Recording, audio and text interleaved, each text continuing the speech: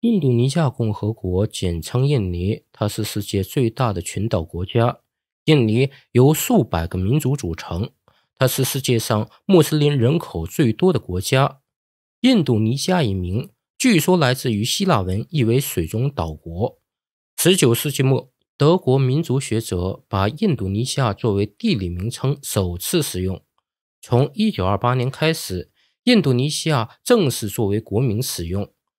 大约在公元前2世纪下半叶，印尼出现了最早的奴隶制国家。公元3世纪至公元7世纪，受印度文化影响，印尼建立一些分散的封建王国。5世纪，佛教传入印尼，新兴的地主阶级以佛教为武器，反对为奴隶主阶级所控制的婆罗门教。经过长达3个世纪左右的斗争，佛教取代了婆罗门教的地位。7世纪中期，以苏门答腊巨港为中心的斯里佛士王国迅速发展成为海上的商业帝国。公元122年，爪哇建立了信喝沙里王国，其后该国成为地区霸主。中国元朝建立以后，元世祖忽必烈要求信喝沙里王国来中国朝见，但遭拒绝。信喝沙里的国王还在元朝的使臣脸上刻字，以示侮辱。最后，元世祖派军远征爪哇，在元军尚未到达前，信喝沙里国王派遣舰队远征苏门答腊，试图彻底击败斯里佛士王国。不久后，信喝沙里国王被其属下将领贾亚卡特旺所杀，随后贾亚卡特旺自立为王。为了躲避贾亚卡特旺的追杀，信喝沙里国王的女婿克塔拉亚萨逃到了一处荒地，并将此地命名为满者伯夷。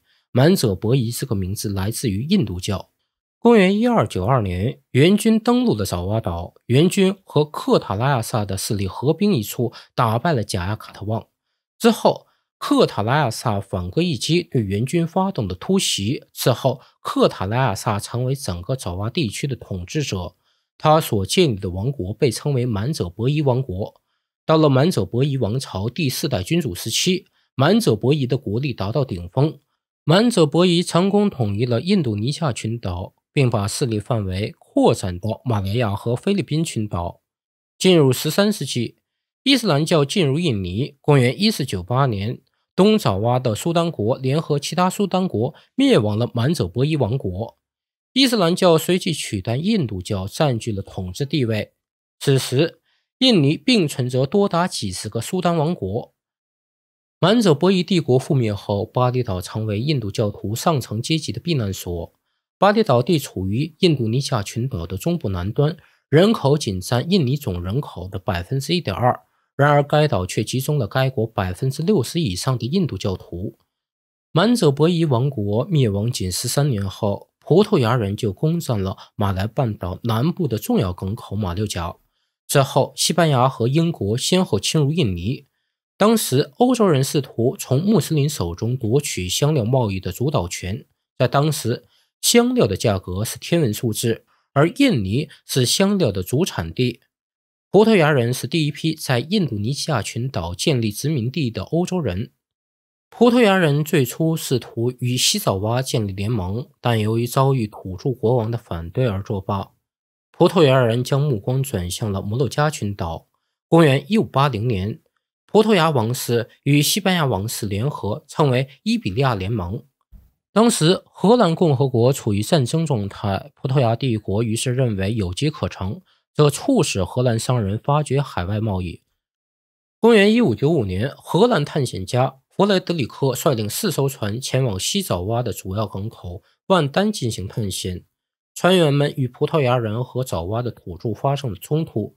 探险队随后沿着爪哇北部海岸向东航行，他们在第2年返回荷兰，并赢取了可观的利润。最后，越来越多的荷兰商船前往了东南亚。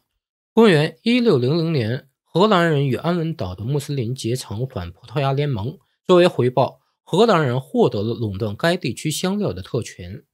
2年后，荷兰政府认识到东印度群岛香料贸易的潜力，并为了防止竞争侵蚀荷兰政府的利润，荷兰政府将相互竞争的商业公司合并为联合东印度公司。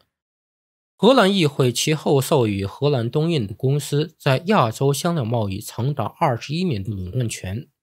荷兰东印度公司还拥有包括发动战争、铸造自己硬币、司法与建立殖民地的特权。它被认为是第一家跨国公司。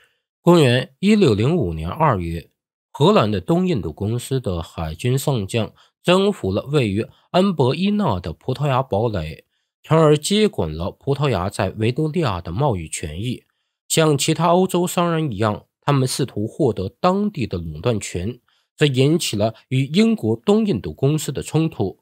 公元1619年，英国国王詹姆斯一世和荷兰政府促使这两个交战的公司在伦敦缔结了一项建立合作关系的条约。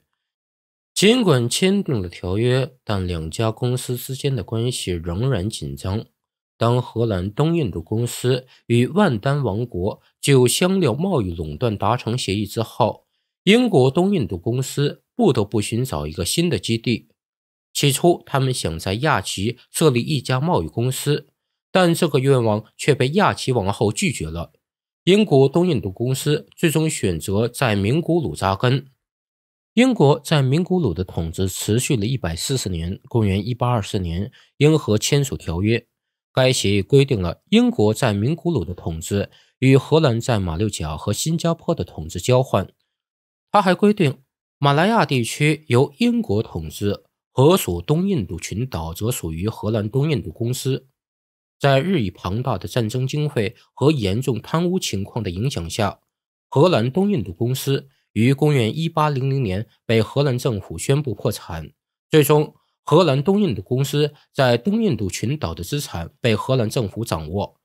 与此同时，在世界的另一端，欧洲被拿破仑战争摧毁。公元1806年，荷兰成为法国的傀儡，因此这一时期的东印度群岛被视为法国的代理殖民地。当时，荷兰王国派遣他的一位将军担任爪哇的东印度群岛的总督。丹德尔斯最著名的成就就是修建了横跨爪哇北部的公路，他还将万丹苏丹国并入荷属东印度群岛。公元1811年，爪哇落入英国军队手中。拿破仑战争结束后，根据1814年的英荷条约，爪哇岛于第2年重新回到荷兰人的控制之下。尽管爪哇由荷兰人通过荷兰东印度公司控制了将近350年，但直到20世纪初，荷兰的统治才扩展到亚齐龙目岛和婆罗洲。当时，印度尼西亚农民必须使用 20% 的农田来种植用于出口的作物，这个规定使荷兰财政部获得了近一半的财政收入。荷兰另一个利润来源来自于所谓的苦力，这是对低薪契约劳工的称呼。苦力劳动者确切的死亡率尚不清晰，但估计高达 25%。随着所谓的伦理政治的兴起，殖民政府在卫生和教育部门增加了投入，但人道主义政策仍存在着缺陷，只有一小部分当地精英接受过中等和高等教育，而绝大多数印尼百姓仍是文盲。当时，印尼百姓日常用爪哇语和马来语进行交流。1928年，全印尼青年大会正式确立在马来语基础上演化而来的印尼语为全印尼的共同语言。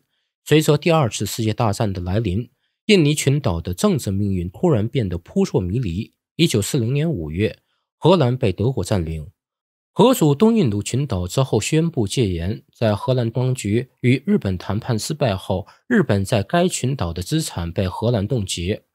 日本偷袭珍珠港后，荷兰向日本宣战。日本对荷属东印度群岛的入侵则始于1942年1月。日本陆军在不到3个月时间就占领了整个殖民地。在日本占领期间，荷属东印度群岛有400万人死于饥荒和强迫劳动。1944年至1945年，盟军基本绕过了荷属东印度群岛，因此在日本投降时，大部分荷属东印度群岛仍处于日本占领之下。在日本宣布投降2天后，苏加诺和哈达宣布印度尼西亚独立。第2天，印度尼西亚的独立筹备委员会选举苏加诺为主席，哈达为副主席。然而此时荷兰人并不愿意如此的轻易放过印度尼西亚。1946年，印度尼西亚和荷兰签署了协议，承认了爪哇和苏门答腊的独立。此外，该协议规定印尼共和国将在1949年加入荷兰联邦。之后，荷兰人增加了兵力，企图夺回整个印度尼西亚。荷兰人此时面临着国际社会的压力，他们意识到自己无法赢得这场战争。最后，荷兰人于1949年10月2日同意承认印度尼西亚的独立。随着争取独立战争的结束，印度尼西亚社会内部开始出现分歧。1948年至1962年，达鲁尔伊斯兰教激进分子宣布成立印度尼西亚伊斯兰国。在马鲁古曾经是荷兰皇家东印度群岛军队的安文人也宣布独立。在1950年至1957年间，印度尼西亚经历了6届内阁。1957年2月，苏加诺总统引入了一种新的政治制度，他称之为有指导的民主。1965年，马来西亚在美国支持下获得了联合国安理会的席位，苏加诺则让印度尼西亚退出联合国。同年8月，苏加诺宣布印度尼西亚退出国际货币基金组织和世界银行。这一年的9月30日晚上，6名将军被绑架后谋杀。一个自称为9月30日运动的团体控制了国家广播电台和雅加达市中心。虽然这场运动很快被苏哈托镇压，但它标志着苏加诺时代的终结。1968年，苏哈托被正式任命为总统，随后印尼重新加入国际组织。苏哈托执政期间，通过高压手段来打击政治异己，军队是苏哈托维护统治的重要工具。为使军队名正言顺地参与政治，苏哈托提出了双重职能理论。在双重职能理论的指导下，军队全方位参与政治生活。80年代初，苏哈托成功地将经济的主要支柱由石油出口转向以出口为导向的劳动密集型制造业，以应对因80年代石油过剩而导致的石油出口下降。为了使权力基础多元化，特别是为了摆脱军方，苏哈托开始寻求伊斯兰教信徒的支持。他于1991年开始向社会宣传伊斯兰教价值观。1997年的亚洲金融危机导致了许多印尼公司的破产。印尼央行耗尽了外汇储备后，为了换取430亿美元的流动性的援助，苏哈托承诺进行改革。根据国际货币基金组织的建议，印尼将利率提高至 70%， 以控制因进口价格上涨而导致的螺旋式通货膨胀，但此举却扼杀了企业部门的信贷供应。当苏哈托于1998年5月对埃及进行国事访问时，危机达到了高潮。苏哈托返回雅加达后，他试图通过重组内阁来捍卫自己的总统职位，但他的政治盟友却选择抛弃他。1998年5月21日，苏哈托宣布辞职，副总统哈比比根据宪法就任总统。哈比比家族与苏哈托关系一直密切。苏哈托担任印尼军界领导人时，就和哈比比的父亲十分要好。当哈比比13岁时，他父亲去世，苏哈托亲自主持葬礼，并任哈比比为养子。哈比比上台后，在反对势力压力下，哈比比清除了苏哈托家族在企业和国家的人员，但哈比比与苏哈托情同父子的关系仍然受到反对派的抗议。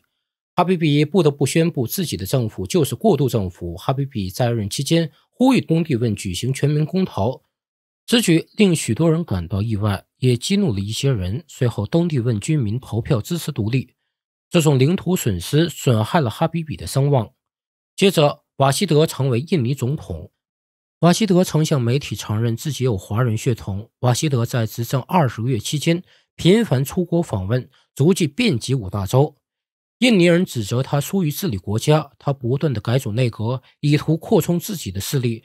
此举得罪了议会中的大部分政党。2001年，其政敌以贪污丑闻对他进行指控。最后，印尼的最高检察院表示证据不足，撤销了指控。但他的政敌依然要对他实行弹劾。瓦希德则一再表示绝不辞职。这时，由执政党控制的国会同瓦希德处于严重的对立状态。最后，印尼议员一致通过了罢免瓦希德的决议，同时任命苏哈托的长女梅加瓦蒂为印尼总统。梅加瓦蒂在当选印尼总统第二天就拜谒了父亲的陵墓。他上台后，在苏哈托垮台时名誉扫地的军方重新获得了影响力。他执政期间，失业率和贫困率仍居高不下。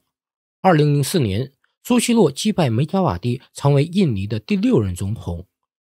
苏西洛上任2个月后，印度洋海啸袭击了印尼。1年后，巴厘岛发生了爆炸案。2019年4月，印度尼西亚大选落下帷幕，佐科维多多再次当选总统。他决定将首都由雅加达迁至加里曼丹岛东部的努桑塔拉。努桑塔拉是群岛的意思，这个名字是由佐科维多多选择的，以反映该国多样性中的团结的格言。实际上，自苏加诺以来，历任的印尼总统一直都有迁都的想法。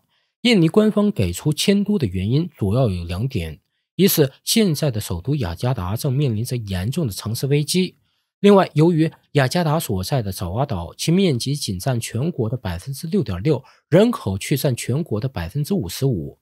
雅加达常住人口超过1000万，加上周边的卫星城市，雅加达都市圈居住人口超过3000万。然而，人口如此密集的都市区，自2019年3月才开通第1条地铁。密集的人口与糟糕的交通也使得雅加达面临着严重的城市污染。爪哇邮报曾指出，雅加达仅有 4% 的废水得到处理。雅加达有60%左右居民无法直接享受淡水供应，只能自己抽取地下水，而过度抽取地下水又导致了地下水系统被掏空，引发严重的沿岸地区海水倒灌和地面塌陷。英国广播公司此前报道称，雅加达目前约有一半地区位于海平面以下。此外，雅加达还面临着洪水的袭击，爪哇岛的地震与火山活动也是相当的频繁。